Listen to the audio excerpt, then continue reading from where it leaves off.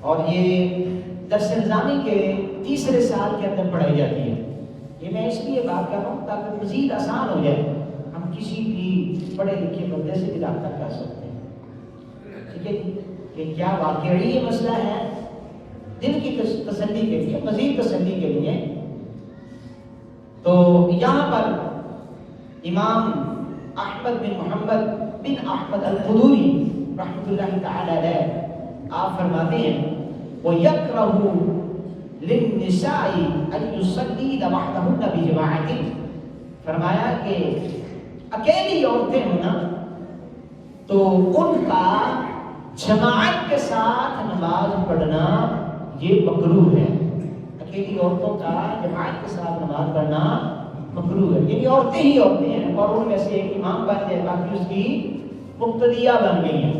تو فرمایا اس طرح ان کا نماز پڑھنا یہ مکروہ ہے.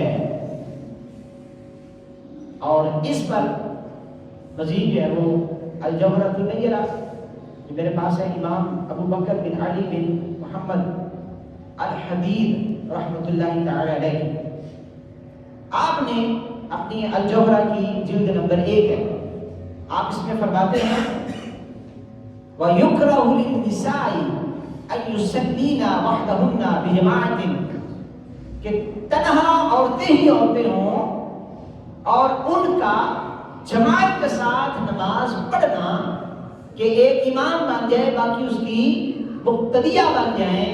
تو فرمایا کہ یکرہ، یہ عمل مکروہ تحریمی ہے. یہ عمل کیا مکروہ ہے؟ یعنی قریب با حرام ہے، قریب با حرام ہے. ایک آدھ بار کیا مکروہ تحریمی ہے، عادت بنا لینا حرام ہے، عادت بنا لینا حرام ہے.